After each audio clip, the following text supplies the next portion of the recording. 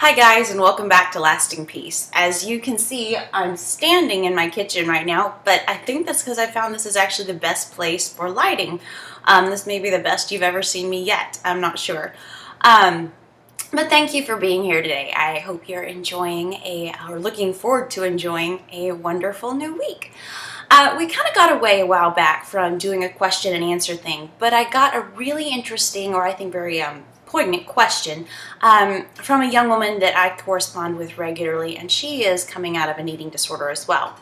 And she asked me if today, to this day, do I have a running calorie count in my head? Am I just always aware of what I'm eating, or have I just completely let that go?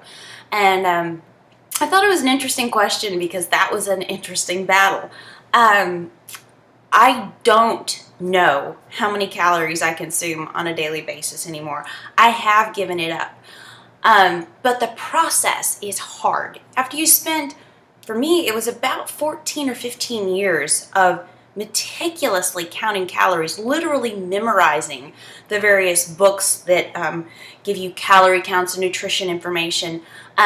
It's really hard just to stop. Every food is immediately connected to a number. That was all I could see. An apple was X, a piece of bacon was X. I always knew exactly what calorie count or what exchange it was, because even in recovery, they taught me to eat by exchanges. You would eat this much at this meal because it equated this much nutrition. And how do you get away from that? For me, one of the first steps was something that I began to implement in a lot of areas of my life was, even if I couldn't take the first big step to just completely stop counting, it was to slowly begin removing the rigidity.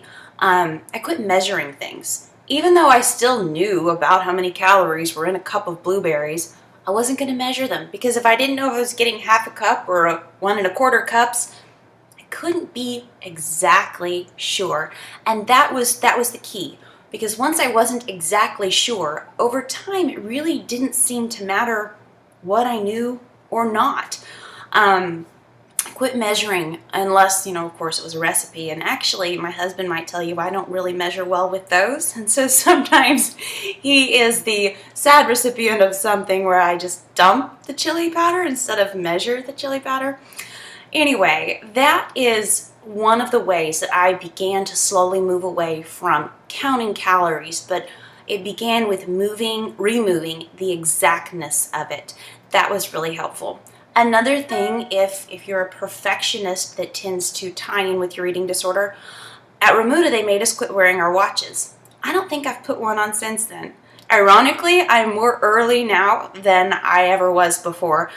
But I'm conscious of time, but there is a lack of rigidity when I don't have those seconds to go by.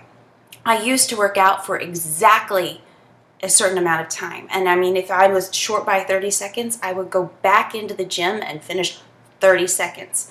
So by beginning to, I started doing maybe workout videos that were a different length of time.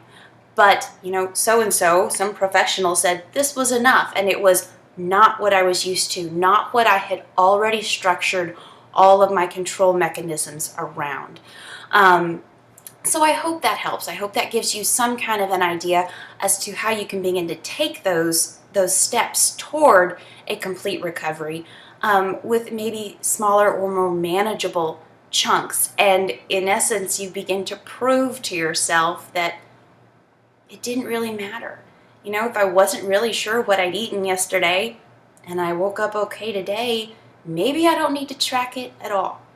So I hope that helps, and I look forward to seeing you next week. Thanks a lot.